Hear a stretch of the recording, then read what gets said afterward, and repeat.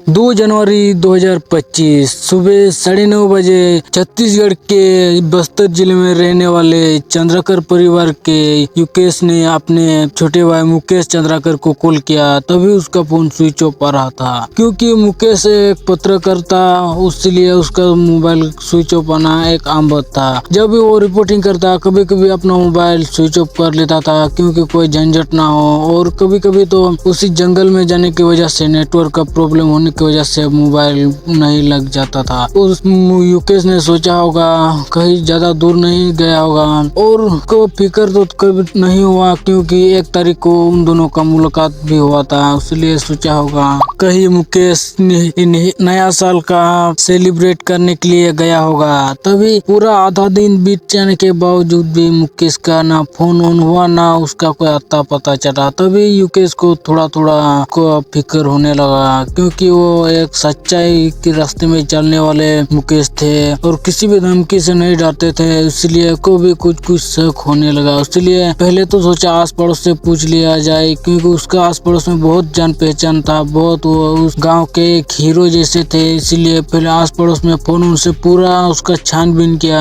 काम होने तक उसका कोई अता पता नहीं चला। उसके बाद शाम के 8 साढ़े 8 बजे उसने थाने में अपने भाई की गुमसुम होने की रिपोर्ट दर्ज करवा दिया। उसके बाद पुलिस ने पूरा रात छानबीन किया, फिर भी वो नहीं मिला। तभी युकेश ने अपने भाई का मोबाइल का गूगल लोकेशन ढूंढ लिया।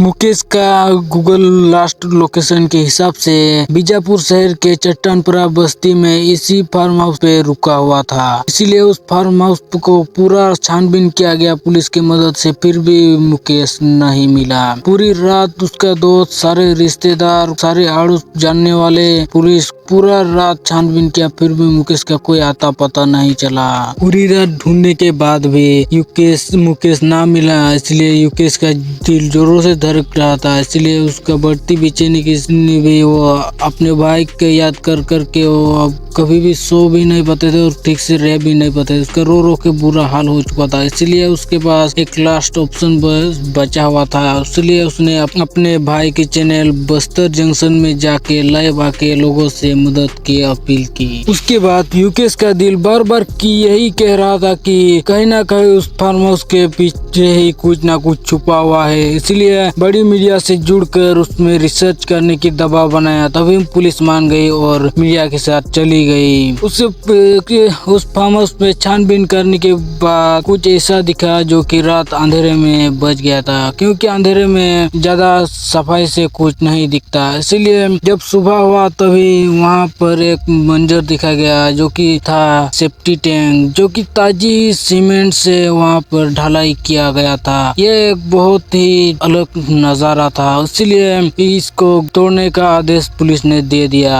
इसलिए तब दोपहर के 3 बजे पुलिस ने उसे तोड़ना चालू कर दिया। इसको तोड़ने के बाद पूरा जब तोड़ा गया, तोड़ते शाम हो गया, पूरा जब ठीक से तोड़ दिया गया तब उस सेफ्टी टैंक से जो नजारा देखा, उस नजारे को देख के सबको यकीन ही नहीं हो रहा था कि ये हकीकत है या फिर एक सपना, क्योंकि उस सेफ्टी टैंक से मिला मुकेश चंद्राकर की डेड बॉडी। ये एक बहुत ही खतरनाक नजारा था। जब उस डेड बॉडी को देखा गया तभी किसी को यकीन ही नहीं हुआ, क्योंकि जिस डॉक्टर ने उसका पोस्टमार्टम किया उस डॉक्टर ने कह भी दिया मैंने अपनी 12 साल के करियर में ऐसा मर्डर केस जिंदगी में नहीं देखा, पूरे 12 साल में मैंने नहीं देखा। तो आप सोच सकते हैं कितना भयानक था। उसके सर पे कुल्हाड़ी से वार किया गया था और उसके माथे पे रोड से बेदर्दी से वार किया गया था, वो भी जिंदा रहने टाइम, और उसका दिल निकाल के 4 टुकड़े में बांट दिया गया था। सोच सकते हैं कितना बेरहमी से उसका कत्ल किया गया, इतना बेरहमी से कत्ल किया गया। आपको